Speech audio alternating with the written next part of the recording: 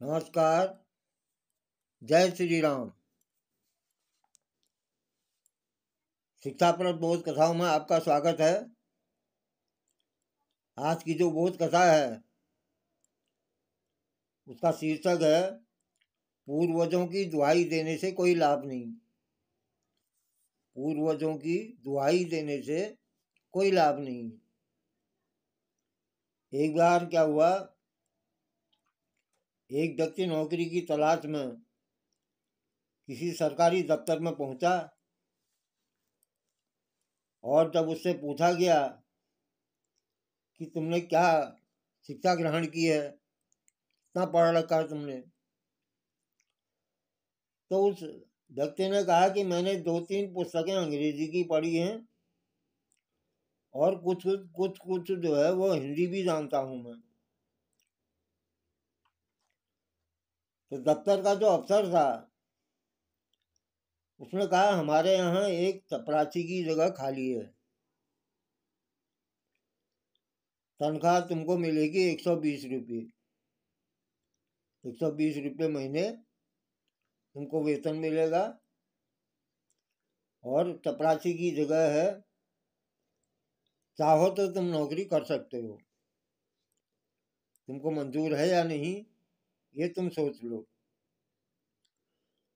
उस व्यक्ति ने उस अफसर से कहा, दफ्तर का जो अफसर था उससे कहा, हुजूर मेरे पिता तहसीलदार थे, बाबा कलेक्टर थे, परदादा कप्तान थे, मैं इतने ऊंचे खानदान का हूँ।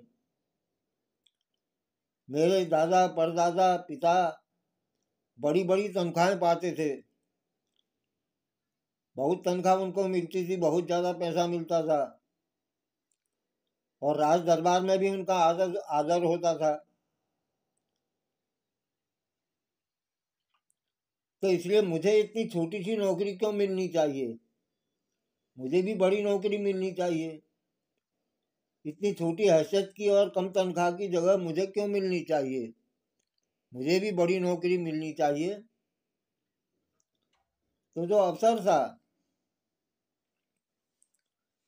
उसने कहा आपके उच्च खानदान का मैं आदर करता हूँ, आपके बाबा परदादा पिता उनका मैं आदर करता हूँ और उनकी कदर करता हूँ, परंतु बड़े खेत का विषय है, इतने बड़े खानदान के रहते हुए भी इन नर रत्नों के घर में आप जैसे अयोग्य पुरुष कैसे पैदा हुए। तुमको कुछ आता ही नहीं है, तुमने कुछ पढ़ा ही नहीं है, तो तुमको ऊंची जगह कैसे मिल जाएगी। नौकरी आपको करनी है, इसलिए आपकी योग्यता के अनुरूप ही वेतन मिलेगा। जितनी आपकी आपकी योग्यता है उसी के मुताबिक आपको पद भी मिलेगा, उसी के मुताबिक आपको नौकरी वेतन भी मिलेगा।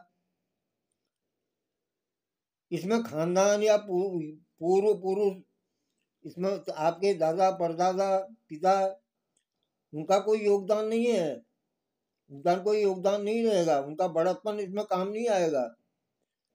सवाल यह है कि तुमने क्या योग्यता है, तुमने कितनी पढ़ाई की है, तुमने कितना कर्म किया है, कितनी पढ़ाई की है, किस योग्य हो। जिस योग्य तुम हो उसी योग्य तुमको नौकरी दी जा रही है। हम लोग अपने को ऋषियों की संतान बताते हैं, अपने को जगत गुरु होने का दावा करते हैं, तरह तरह से प्राचीन गाथाओं के आधार पर अपने को बड़ा साबित करते हुए आशा रखते हैं कि हमको भी वही स्थान मिले जो हमारे पूर्वजों को प्राप्त था। लेकिन हम भूल जाते हैं कि जितनी योग्यता कर्मनिष्ठा पूर्वजों में थी, पूर्वजों में कितनी योग्यता थी, कितनी कर्मनिष्ठा थी और उन्होंने कितना परिश्रम किया, इसका थोड़ा अंश भी हम में नहीं है, हम में हो तो तब हम कामयाब हो सकते हैं। यदि नहीं है तो हम अपमान और अधोगति के अधिकारी हैं। हमें पूर्वजों का गौरव उस समय तक प्राप्त नहीं हो सकता जब तक हम वैसा ही पराक्रम करने का साहस अपने अंदर उत्पन्न न कर लें। जैसे हमारे पूर्वज थे, जितने बड़े थे, जितने पराक्रमी थे, जितने महान थे, हमको भी उसी महानता पर चलना चाहिए, हमको भी उतना ही महान बनना चाहिए।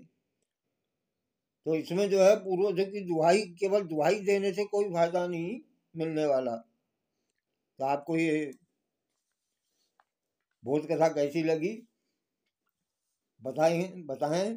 धन्यवाद। जय श्री राम।